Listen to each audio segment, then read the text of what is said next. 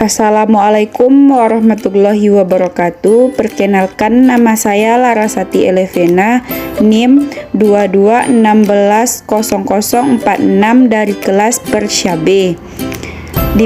Di video ini saya akan menjelaskan materi tentang tasawuf falsafi untuk memenuhi tugas kuliah pengantar studi pemikiran Islam oleh dosen pengampu Bapak Dr. Lukmanul Hakim MAG dan Bapak Rahmat Trihadi MAG.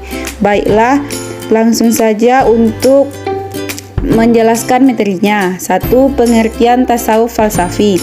Tasawuf falsafi merupakan tasawuf yang mengkonsep ajarannya untuk mengenali Tuhannya melalui pendekatan filsafat atau rasio tingkat tinggi. Selain itu, tidak hanya mengenali Tuhannya saja, bisa melebihi tingkat tinggi lagi daripada, yaitu medhatul wujud atau kesatuan wujud. 2. Perkembangan tasawuf falsafi. Perkembangan tasawuf falsafi menurut At-Taftazani muncul dengan jelas dalam khaznah Islam sejak abad ke-6H. Meskipun tokohnya baru dikenal seabad kemudian, sejak itu tasawuf sejenis ini terus hidup dan berkembang, terutama di kalangan para sufi yang juga di filosof sampai menjelang akhir-akhir. Objek tasawuf falsafi. Menurut At-Taftazani, ciri umum tasawuf falsafi adalah ajarannya yang samar-samar akibat banyaknya istilah khusus yang hanya dapat dipahami oleh siapa saja yang memahami ajaran tasawuf jenis ini. Tasawuf falsafi tidak dapat dipandang sebagai filsafat karena ajaran dan metodenya didasarkan pada rasa, tetapi tidak dapat pula dikategorikan sebagai tasawuf dalam pengertian yang murni karena ajarannya sering diungkapkan dalam bahasa filsafat. Tokoh dan ajarannya. 1. Ibnu Arabi. Nama lengkapnya dari Ibnu Arabi yaitu Muhammad bin Ali bin Ahmad bin Abdullah. Beliau lahir di Murcia, daerah Andalusia Tenggara, Spanyol pada tahun 560 Hijriah. Ia tinggal di Hijaz dan wafat di sana pada tahun 638 Hijriah. Karya Ibnu Arabi yang paling fenomenal adalah Al-Futuhat Al-Makkiyah yang ditulis pada tahun 1201 Hijriah. Ajaran dari Ibnu Arabi ada 3, yaitu wahdat al-wujud, kesatuan wujud. Intinya, wujud dari semua makhluk itu adalah satu, yaitu wujud dari Khaliknya. 2. Hakikat Muhammadiyah. Lanjutan dari wahdat al-wujud adalah hakikat Muhammadiyah, yang menurut Ibnu Arabi bahwa pencipta alam semesta ini adalah melimpah dari wujud yang satu, yaitu Tuhan. Dari yang satu ini lalu lahirlah semua wujud dengan segala proses penciptanya. 3. Wahdat al-adyad. Turun ketiga dari wahdat wujud adalah wahdatul adyan, yaitu kesamaan agama. Semua agama itu adalah satu yang bersumber dari Tuhan. 2. Al-Jili.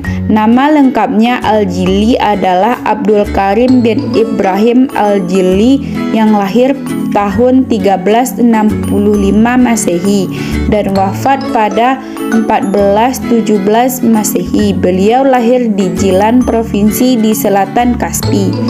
Tempat lahirnya Al-Jili yang kemudian menjadi nama dari Al-Jili. Beliau adalah sufi yang terkenal di Baghdad. Ia pernah berguru pada tokoh Qadariyah yaitu Abdul Qadir Al-Jailani, seorang sufi dari India.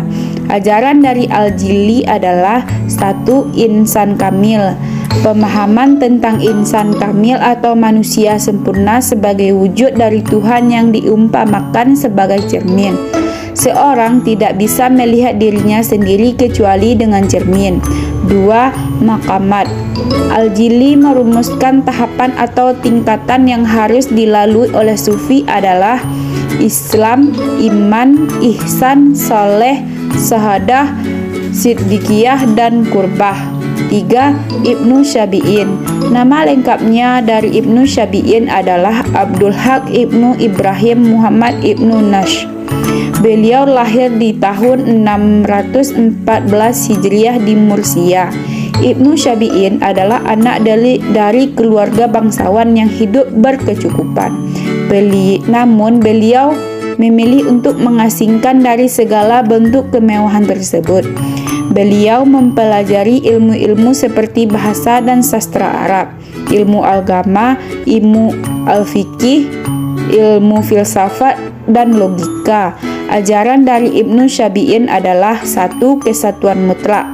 Kesatuan mutlak adalah ajaran yang pemahaman dan tentang wujud itu hanya satu, yaitu wujud Tuhan. 2. Menolak paham Aristotelian. Intinya, Ibnu Syabi'in berusaha untuk menyusun logika baru yang membantah adanya konsep jamak. Konsep ini disusun untuk mencapai kesatuan mutlak tadi.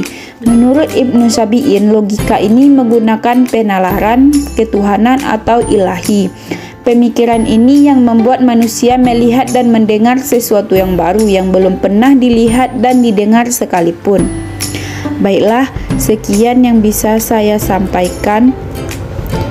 Assalamualaikum warahmatullahi wabarakatuh.